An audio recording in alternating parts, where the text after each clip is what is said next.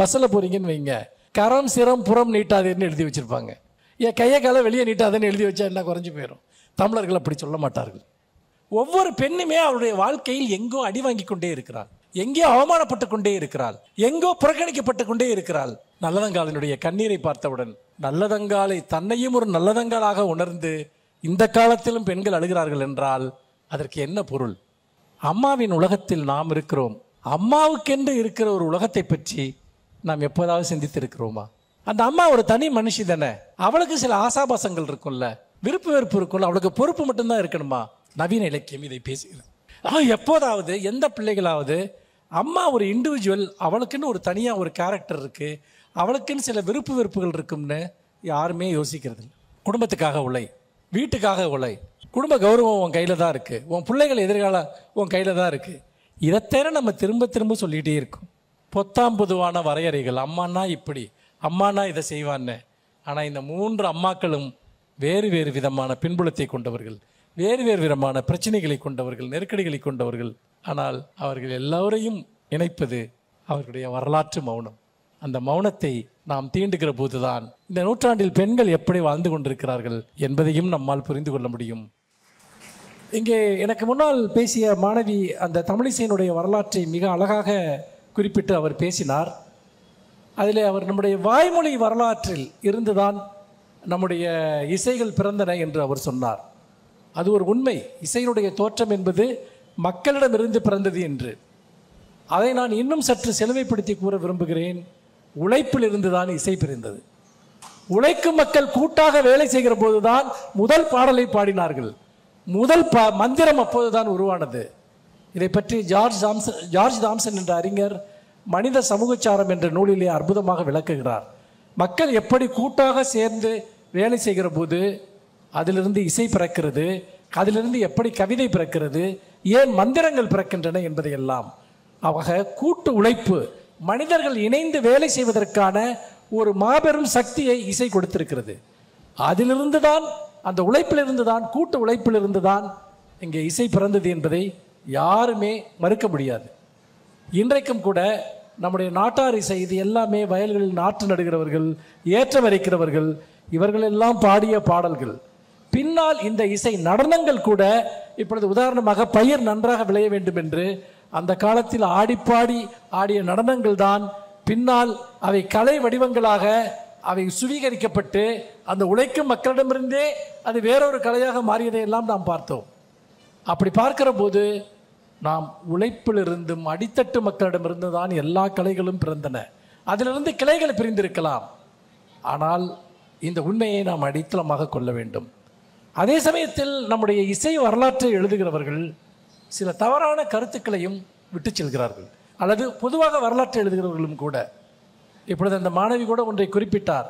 அதாவது நாம் எப்பொருள் யார் யார் வாய் கேட்பினும் அப்பொருள் மெய்ப்பொருள் காண்பதறிவு என்பதுதான் அடிப்படையான விஷயம். களப்பிரர்களுடைய காலத்தை பற்றி ஒரு தவறான கருத்தை திரும்ப திரும்ப பரப்பப்படுகிறது.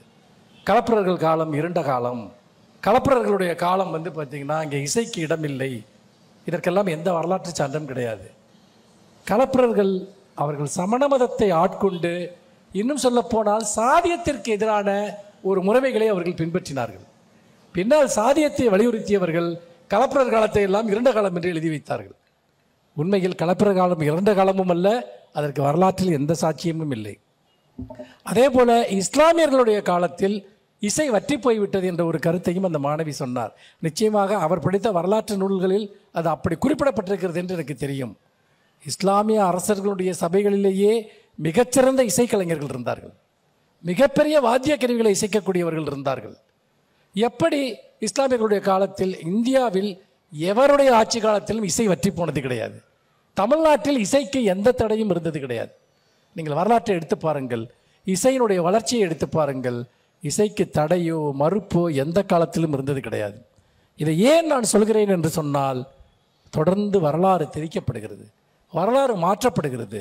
நாம் ஒவ்வொரு சொல்லையும் கேட்கிற போது களப்பிரர்கள் என்றால் யார், அல்லது இங்கே இருக்கக்கூடிய இஸ்லாமியர்கள் அவர்கள் தமிழுக்கு என்ன செய்தார்கள், இதையெல்லாம் நாம் பல்வேறு சான்றுகளின் வழியாக நாம் அறிய வேண்டும். அப்போதுதான் நாம் ஒரு முழுமையான வரலாற்றை கண்டறிய முடியும். நண்பர்களே, இசைத்தமிழும் எழுத்து தமிழும் இன்றைய நாளினுடைய இந்த தீம், இந்த கருப்பொருளுக்கு இயல்பாக நான் இந்த தலைப்பை எடுத்துக்கொண்டேன். அப்படி பார்க்கிற போது தமிழர்கள் எழுதிய பெரும்பாலான இலக்கியங்கள், தத்துவம், மருத்துவம், இன்னும் எந்த துறை சார்ந்த நூல்களுமே அவை பெரும்பாலும் இசை ஒழுங்கிற்கு உட்பட்டு இலக்கண ஒழுங்கிற்கு செய்யுள் வடிவில் தான் எழுதப்பட்டன. அவை பாடப்படக்கூடியதாக இருந்தன.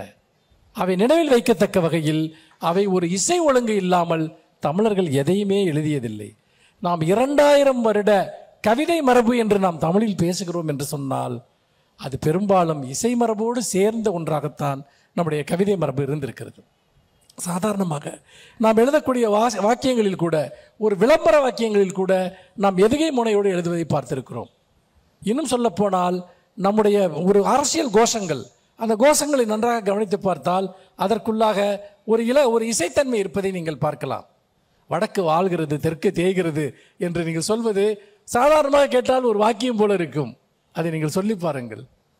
வடக்கு வாழ்கிறது, தெற்கு தேய்கிறது என்பதை ஒரு இசையொழுங்கோடு தான் அண்ணா அங்கே உருவாக்குகிறார். நம்முடைய அரசியல் கோஷங்களாக இருக்கலாம். ஏனென்றால் வரலாற்றை பற்றி, வரலாற்றில் நம்முடைய இலக்கியங்களில் இசை எப்படி இடம்பெற்றிருக்கிறது என்பதை பற்றி நாம் பேசுவதற்கு 1000 சான்றுகள் இருக்கின்றன. சமகாலத்தில் கூட, இப்போ உதாரணமாக ஒரு பஸ்ஸில் போகிறீங்கன்னு வைங்க, கரம் சிரம் புறம் நீட்டாதேன்னு எழுதி வச்சுருப்பாங்க. அதில் ஒரு இசை இருக்கும், அதில் ஒரு இசை ஒழுங்கு இருக்குது. ஏன் கையை காலை வெளியே நீட்டாதேன்னு எழுதி வச்சா என்ன குறைஞ்சி போயிடும்? தமிழர்கள் அப்படி சொல்ல மாட்டார்கள். ஒரு இசையோடு, ஒரு இசை ஒழுங்கோடு, எதுகை மோனையோடு நாம் ஒன்றை சொல்வதுதான் நம்முடைய இரத்தத்தில் ஊறிப்போன ஒரு பழக்கம். அது நாம் ஒருத்தனுக்கு எழுத படிக்க கூட தெரியணும்னு கூட அவசியம் கிடையாது. ஒரு எழுத படிக்க தெரியாத ஒரு ஆள் கூட தமிழ் இலக்கியத்தினுடைய, தமிழ் இசை மரபினுடைய அந்த பாரம்பரியத்தை அவனுடைய பொதுவான புழங்குகிற மொழியிலிருந்தே அவன் உள்வாங்கி கொண்டு தான் இருப்பான். சாதாரணமாக நீங்கள் எதுகை முனையோட மக்கள் பேசுகிறத பார்க்கலாம். அப்போ எப்படி இது வருது, எங்கேருந்து இது வருது? திருக்குறள் புஸ்தகத்தை கண்ணிலே பார்க்காத ஒருத்தன் கூட தீயினால் சுட்ட பின் உள்ளாராது நாவினால் சுட்டவடு அப்படின்னு அவன் சொல்கிறான்னா, எங்கேருந்து திருக்குறள் ஒருத்தனுக்கு, திருக்குறளே பார்க்காதவனுக்கு வருது? எங்கேருந்து இந்த இசை ஒழுங்கு வருகிறது? நம்முடைய சிந்தனா முறை, பேச்சு முறை, மொழியினுடைய தன்மை. ரெண்டாவது, நம்முடைய இசைத்தமிழ் என்பது நம்முடைய பக்தி மரபில் இருக்கிறது, நாட்டார் மரபில் இருக்கிறது. இன்னும் சொல்ல போனால் நம்முடைய சினிமா பாடல்களில், பழமொழிகளில், எத்தனை பழமொழிகள் எவ்வளவு எதுகை மொழியோடு கவித்துவத்தோடு இருக்கின்றன என்பதை யோசித்து பாருங்கள். அப்படி என்றால் எப்போது இந்த இசைத்தமிழ் 2000 வருடமாக இசை ஒழுங்கோடு, இலக்கணத்தோடு நாம் ஒரு மொழியை பயன்படுத்தி கொண்டே இருக்கிறோம். திடீரென கட்டுரை என்ற ஒரு வடிவம் வருகிறது, சிறுகதை என்ற ஒரு வடிவம் வருகிறது, நாவல் என்ற ஒரு வடிவம் வருகிறது. அப்படி என்றால் இந்த மாற்றம் எப்படி நடக்கிறது? நம்முடைய மரபு கவிதைக்கும் புதுக்கவிதைக்கும் என்ன வித்தியாசம்? நம்முடைய காப்பியங்களுக்கும் இப்பொழுது எழுதுகிற நாவல்களுக்கும் என்ன வித்தியாசம்? அன்றைக்கு சொல்லப்பட்ட நம்முடைய நாட்டார் கதை பாடல்களுக்கும் இப்பொழுது எழுதப்படுகிற சிறுகதைகளுக்கும் என்ன வித்தியாசம்? எப்போதாவது நாம் அதை யோசித்திருக்கிறோமா? நம்மிடம் ஏற்கனவே கதை இருந்ததா என்றால் கதை இருந்தது. நாட்டார் முத்துப்பட்டன் கதை, இன்னும் பல கதைகளை சொல்லலாம். நாட்டார் கதை பாடல்கள் என்பது ஒரு கதையை சொல்லுவது. ஆனால் யாருக்கு சொல்வார்கள்? ஒரு துயரம் இருக்கிறது. ஒவ்வொரு பெண்ணுமே அவருடைய வாழ்க்கையில் எங்கோ அடி வாங்கி கொண்டே இருக்கிறாள், எங்கோ அவமானப்பட்டு கொண்டே இருக்கிறாள், எங்கோ புறக்கணிக்கப்பட்டு கொண்டே இருக்கிறாள். நல்லதங்காலினுடைய கண்ணீரை பார்த்தவுடன் நல்லதங்காலை தன்னையும் ஒரு நல்லதங்காலாக உணர்ந்து இந்த காலத்திலும் பெண்கள் அழுகிறார்கள் என்றால் அதற்கு என்ன பொருள்? இதை நான் ஏன் சொல்லுகிறேன் என்றால், பெண்களினுடைய துயரம் 19ஆம் நூற்றாண்டில், 20ஆம் நூற்றாண்டில் அது பெண்களுக்கு மட்டுமல்ல, உழைப்பாளிகளுடைய துயரமாக இருக்கலாம், முதியவர்களுடைய துயரமாக இருக்கலாம், அல்லது ஒரு மரணத்தினால் ஏற்படக்கூடிய ஒரு மிகப்பெரிய துயரமாக இருக்கலாம். எல்லாமே 19ஆம் நூற்றாண்டில், 20ஆம் நூற்றாண்டில் வேறு வடிவம் எடுக்கிறது. அன்றைக்கு ஒரு சமூகம் முழுக்க ஒட்டுமொத்தமான வாழ்க்கை இருந்தது. ஆனால் அதற்கு பின்னால் தனி மனிதன் என்கிற ஒருவன் உருவாகிறான் வரலாற்றில். நீங்கள் எப்போதாவது யோசித்திருக்கிறீர்களா? தமிழ் மனிதன் என்ற, தனி மனிதன் என்ற ஒருவன் எப்போது உருவானான் என்று? நிறைய தொழிற்சாலைகள் வருகின்றன. விவசாயத்தில் கூட்டு உழைப்பு என்பது முடிந்து போய் தனித்தனியாக வேலை செய்யக்கூடிய அந்த ஒரு சூழ்நிலை உருவாகிறது. அப்பொழுது தனி மனித சுதந்திரம், தனி மனிதன் உரிமைகள் இதெல்லாம் வருகிற போது ஒரு கூட்டமாக அல்ல, ஒரு ஊர் முழுக்க, ஒரு ஜாதி முழுக்க, ஒரு கிராமம் முழுக்க இருக்கிற பிரச்சனை அல்ல. ஒரு தனிப்பட்ட ஒருவனுக்கு, ஒருத்திக்கு நடக்கிற பிரச்சனைகளை பற்றி பேச வேண்டியிருக்கிறது. அப்போது நம்முடைய மரபான இலக்கிய வடிவங்களிலிருந்து ஒவ்வொரு தனி மனிதனையும் பற்றி பேசக்கூடிய சிறுகதைகள் எழுதப்படுகின்றன, கவிதைகள் எழுதப்படுகின்றன, நாவல்கள் எழுதப்படுகின்றன. ஒரு நாவலை படிச்சிங்கன்னா அதுக்குள்ளே ஏராளமான தனி மனிதர்கள் வர்றாங்க. எல்லாரும் முரண்பட்டு நிற்கிறாங்க. எல்லாருக்குள்ளேயும் பல்வேறு விதமான மன உணர்வுகள். ஒரு வீட்டில் இருக்கிறவனுக்குள்ள ஒரு ஒன்றுபட்ட சிந்தனை கிடையாது. ஒவ்வொருத்தனும் ஒவ்வொரு திசையில் சிந்திக்கிறான். இப்போ உதாரணமாக அம்மா என்ற ஒரு வடிவம், தாயை பற்றி, அன்னையின் தியாகத்தை பற்றி, இப்போ நம்ம நல்லதங்காலை பற்றி பேசுனதுனால ஒரு ரெஃபரன்ஸ்க்காக நவீன காலத்தில் இது எப்படி செயல்படுகிறது என்பதை பார்க்கலாம். அம்மா அம்மா என்ற ஒரு பிம்பம் என்றால் உங்களுக்கெல்லாம் பல எண்ணங்கள் வரும். தாய்மை, எல்லோரையும் பார்த்து கொள்ளக்கூடியவள், எல்லோருக்கும் பாதுகாப்பாக இருக்கக்கூடியவள், தியாகம் செய்யக்கூடியவள், யாருக்கு தன் பிள்ளைகளுக்கு என்ன வேண்டுமோ அதை கொடுப்பதற்காக என்ன வேண்டுமானாலும் செய்யக்கூடியவள். இதெல்லாம் பொதுவாக அம்மாவை பற்றி இருக்கக்கூடிய சிந்தனைகள், உணர்வுகள். அது ஓரளவு உண்மையும் கூட. அம்மாவின் உலகத்தில் நாம் இருக்கிறோம். அம்மாவுக்கென்று இருக்கிற ஒரு உலகத்தை பற்றி நாம் எப்போதாவது சிந்தித்திருக்கிறோமா? அந்த அம்மா ஒரு தனி மனுஷி தானே. அவளுக்கு சில ஆசாபாசங்கள் இருக்கும்ல, விருப்பு வெறுப்பு இருக்கும்ல, அவளுக்கு பொறுப்பு மட்டும்தான் இருக்கணுமா? நவீன இலக்கியம் இதை பேசுகிறது. எப்போதாவது எந்த பிள்ளைகளாவது அம்மா ஒரு இண்டிவிஜுவல், அவளுக்குன்னு ஒரு தனியாக ஒரு கேரக்டர் இருக்குது, அவளுக்குன்னு சில விருப்பு வெறுப்புகள் இருக்கும்னு யாருமே யோசிக்கிறது இல்லை. குடும்பத்துக்காக உழை, வீட்டுக்காக உழை, குடும்ப கௌரவம் உன் கையில் தான் இருக்குது, உன் பிள்ளைகள் எதிர்காலம் உன் கையில் தான் இருக்குது. இதைத்தேர நம்ம திரும்ப திரும்ப சொல்லிகிட்டே இருக்கோம். ஆனால் வரலாற்றில் அம்மாங்கிறவ ஒரு தனி மனுஷி. அசோகமித்திரனோட சிறுகதைகள் எனக்கு ரொம்ப பிடிக்கும். இங்கே இருக்கவங்களில் யாரெல்லாம் அசோகமித்திரனுடைய வாசகர்கள், அசோகமித்திரனை படிக்கக்கூடியவங்க? ஒரு 5-6 பேர் கைது வைக்கிருக்கீங்க. உலகத்தரத்தில் எழுதக்கூடிய ஒரு தமிழ் எழுத்தாளன். நான் தமிழர்களுடைய தரத்தில் என்று சொல்லவில்லை, இந்திய தரத்தில் என்று சொல்லவில்லை, உலகத்தரத்தில் எழுதக்கூடிய தமிழ் எழுத்தாளர் அசோகமித்திரன். அவர் எனக்கு 3 அம்மாக்களை காட்டினார். நவீன அம்மாக்கள். நவீன அம்மாக்கள்னா இந்த 19ஆம் நூற்றாண்டில் உருவானவங்க. அவங்க நம்முடைய சங்க காலத்திலோ அல்லது பழங்காலத்திலோ பார்த்த அம்மாக்கள் அல்ல. அவள் ஒரு தனி மனுஷி. ஒரு கதை, அசோகமித்திரனோட அந்த கதையில் நீங்கள் பார்த்தீங்கன்னா ஒரு அம்மா இருக்கா. அம்மாவுக்கு ஒரு நாள், அதுதான் அந்த கதையினுடைய தலைப்பு. அம்மாவுக்குன்னு ஒரு நாள் தனியாக தேவைப்படும்னு நம்ம எப்போவாது யோசிச்சிருக்கோமா? அவளுக்கு தனியாக ஒரு நாள் வேணும் அப்படின்னு. அவள் வீட்டோடு பிணைக்கப்பட்டிருக்கிறாள், பிள்ளைகளோடு பிணைக்கப்பட்டிருக்கிறாள், உறவுகளோடு பிணைக்கப்பட்டிருக்கிறாள், பொறுப்புகளோடு பிணைக்கப்பட்டிருக்கு. இது எதுவுமே இல்லாமல் ஒரு நாள் அம்மாவுக்கு எப்போவாது இருந்திருக்கா? ஒரு பெண் அம்மாவாக ஆன பிறகு பெண்களுக்கு எப்பொழுதுமே அப்படி ஒரு தனி நாள் இருந்ததே இல்லை. அப்படி பார்க்குற போது அந்த அம்மாவுக்கு ஒரு ஆசை. அந்த அவள் பிள்ளைங்க, அவள் பையன் ஒரு வளர்ந்த அலுவலகத்தில் வேலை செய்யக்கூடிய ஒரு பையன் இருக்கான். அவன்கிட்ட அவன் ஆஃபீஸ்க்கு போகையில் அந்த அம்மா சொல்கிறா, இன்றைக்கி சாயந்தரம் கொஞ்சம் சீக்கிரம் வந்துரு, பக்கத்தை விட்டு மாமி சினிமாவுக்கு பார்க்க ஒரு படம் வந்திருக்கு போகலான்னு சொன்னான்ட்டு. பல வருஷங்களாக அப்படி ஒரு கோரிக்கையை அந்த அம்மா வச்சதே இல்லை. அன்னைக்கு சொல்கிறா, நான் சினிமாவுக்கு இன்றைக்கி சாயங்காலம் பக்கத்தை விட்டு மாமியோடு போகிறேன். இந்த வீட்டில், அந்த வீட்டில் 3-4 பிள்ளைங்க இருப்பாங்க, ஒவ்வொருத்தரும் ஒவ்வொரு டைமில் வீட்டுக்கு வருவாங்க, வீட்டை பூட்டிகிட்டு போக முடியாது, அதனால் நீ கொஞ்சம் 6 மணிக்கு வந்துரு அப்படின்ட்டு. இவன் முதல்ல சொல்லுவான், நீ கண்டிப்பாக அந்த படத்தை பார்க்கணுமான்ட்டு. இல்லை அந்த மாமி ரொம்ப கூப்பிட்றா, நீ தயவு செஞ்சு வந்துரு அப்படின்பா. சரி வரேன்ட்டு போயிடுவான்.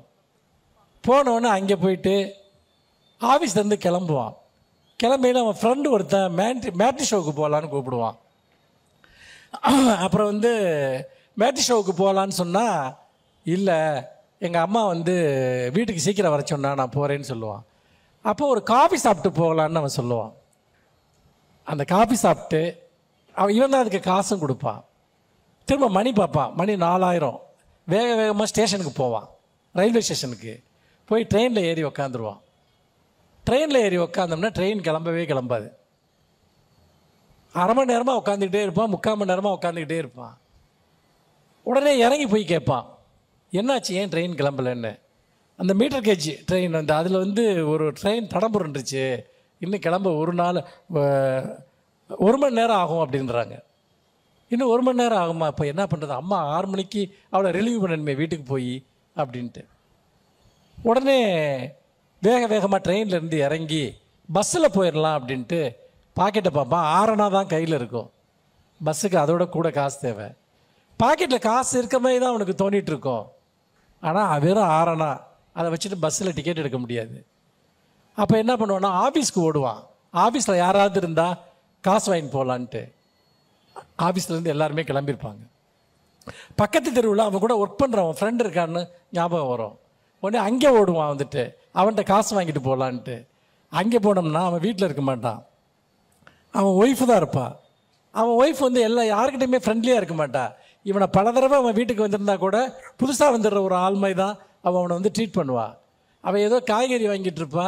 இந்த மாதிரி பாலகிருஷ்ணன் இருக்கானா அப்படின்னு கேட்டப்போ முகத்தை கூட பார்க்காம வரலன்னு சொல்லுவாள்.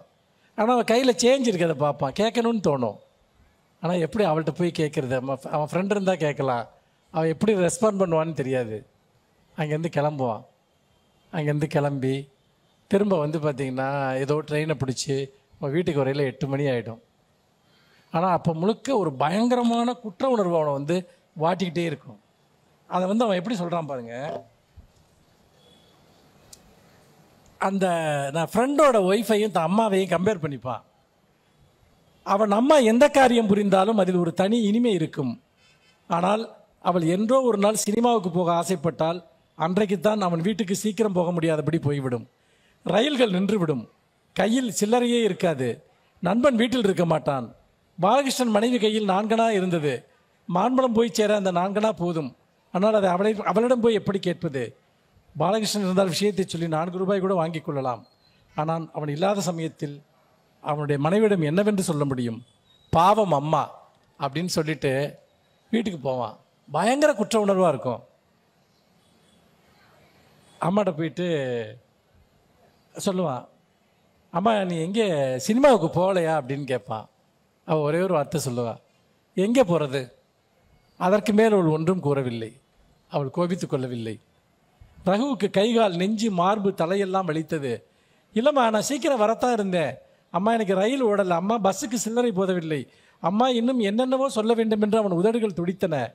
ஆனால் அதெல்லாம் சொல்லி என்ன பயன்? அவன் அம்மாவின் ஆசை பூர்த்தியானதாகி விடுமா? அவன் சொல்வதைத்தான் அவள் நம்பப் போகிறாளா?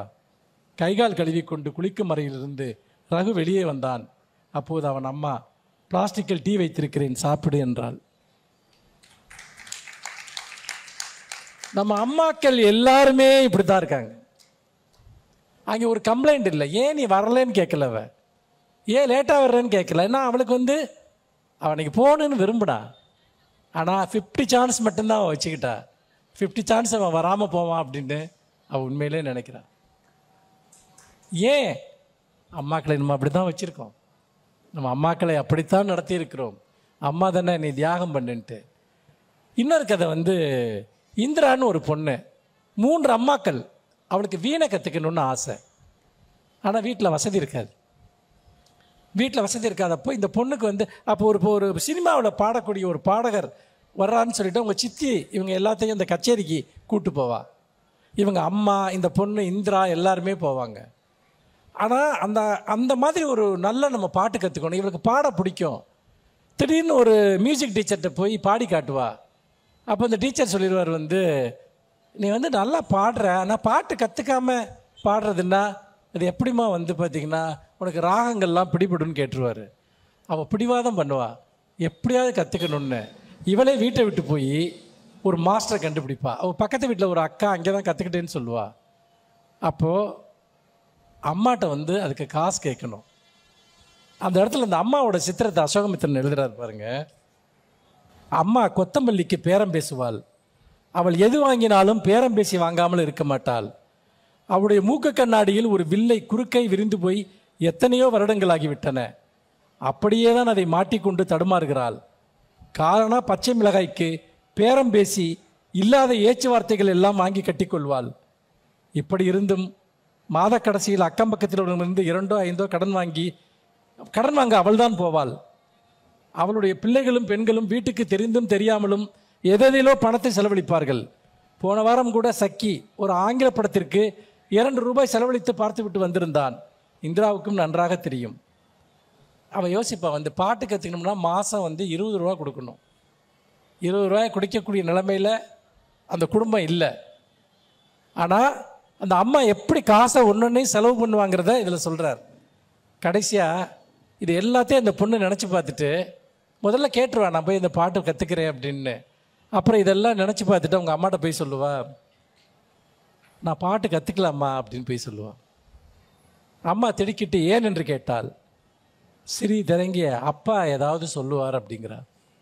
அப்பா சொல்கிறது என்ன, 2 வருடம் போனால் உனக்கு வரன் தேட வேண்டும், 4 பாட்டுகள் கூட தெரியாமல் இருந்தால் எப்படி, நீ நாளைக்கே சேர்ந்து விடு என்றால். வீணை எல்லாம் வாங்க வேண்டியிருக்கும், ரொம்ப செலவாகும் அப்படிங்கிறாவ. வாங்கினா போயிட்டு வீடு கட்ட வேண்டும் என்றால் செங்கல் சுண்ணாம்பு வாங்கித்தானே ஆக வேண்டும், செலவு என்ன, அசடு மாதிரி பேசாதே, நாளைக்கே போய் சேர்ந்து விடு அப்படின்னு சொல்லுவார். சிறிது நேரம் பேசாமல் இருந்து மறுபடியும் அப்பா கோபித்துக் கொள்வார் என்றால் ஒன்றும் கோபிச்சுக்க மாட்டார், நான் சொல்கிறேன். வெகு நேரமாகியும் இந்திராவுக்கு தூக்கம் வரவில்லை. ஒரு முறை புரண்டு அம்மாவை அணைத்தவாறு படுத்தால் அப்போது அம்மாவின் உடம்பு குலுங்கி கொண்டிருப்பதை அவள் உணர முடிந்தது. அழுதால்தான் உடம்பு அவ்வாறு குலுங்கும். அம்மா சப்தமே எழுப்பாமல் அழுவதற்கு எப்போது கற்றுக்கொண்டாள் என்பது இந்திராவுக்கு புரியவில்லை. ஏன் அவள் சப்தமே இல்லாமல் அழுதுட்டு இருக்கா? ரொம்ப சிம்பிள். பாட்டு கற்றுக்கிறது, வீணை கற்றுக்கிறது, இதெல்லாம் அந்த அம்மாவுக்கும் ஒரு கனவாக இருந்திருக்கும். அவருடைய கனவை யாருமே நிறைவேற்றிருக்க மாட்டாங்க, அவளை யாருமே கேட்டிருக்க மாட்டாங்க. தான் பிள்ளை இன்னைக்கு அதே இடத்துல வர்றா, அந்த கனவை நிறைவேற்றி கொடுக்கணும்னு நினைக்கிறா. அந்த பணத்தை செலவழிக்கக்கூடிய இடத்துல அந்த குடும்பம் இல்லை. ஆனால் பொண்ணு பாட்டு கற்றுக்கணுங்கிற கனவுங்கிறது அது தான் பொண்ணை பற்றின கனவு கிடையாது, அது அவளோட தன்னை பற்றின கனவு. அது அந்த கனவை தான் அவள் தான் குழந்தைகிட்ட பார்க்குறான். நான் நிறைவாக இதே மாதிரி இன்னொரு அம்மாவை இன்னொரு கதையில் அவர் காட்டுறார். அதாவது ரொம்ப சிம்பிளான விஷயம், மனுஷங்கிட்ட இருக்கக்கூடிய அற்பத்தனங்கள் இருக்குல்ல, அது ரொம்ப கொடூரமானது. இந்த கதையில் ஸ்ரீராம்னு ஒருத்தர் இருப்பான். அவன் வந்து படிச்சுக்கிட்டு இருப்பான். பக்கத்து வீட்டில் ஒருத்தர் இருப்பார். அந்த பக்கத்து வீட்டுக்காரருக்கு இவனுக்கு ஒரு பிரச்சனை, அடிக்கடி ஏதாவது சின்ன சின்ன பிரச்சனை வந்துட்டு இருக்கும்.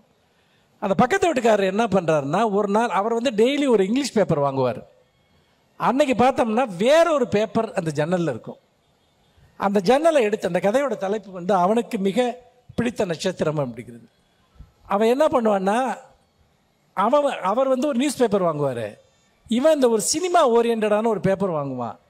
பேப்பர் போடுறவன் ஒரு நாள் அந்த பேப்பரை இவர் வீட்லேயும் இவன் பேப்பரை அவர் வீட்லேயும் மாற்றி சொறி வச்சுட்டு போயிடுவான்.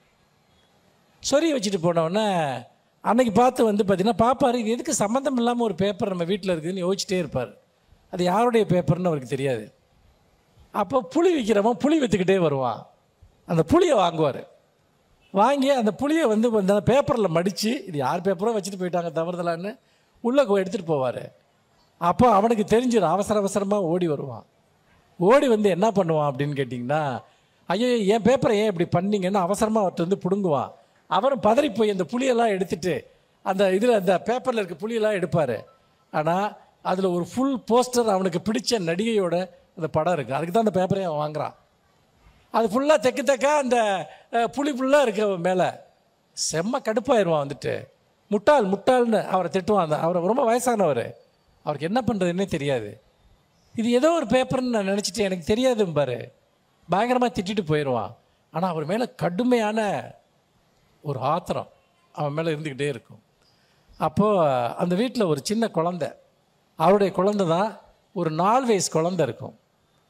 அந்த குழந்தைக்கு அம்மை போட்டுரும். அந்த காலத்தில் அம்மை போடுறதுங்கிறது ஒரு பெரிய தொற்று வியாதி, உங்களுக்கு தெரிஞ்சிருக்கும். பெரியவங்க இருந்தாங்கன்னா உடனடியாக கொண்டு போய் வந்து அதை ஹாஸ்பிட்டலில் அட்மிட் பண்ணிடுவாங்க.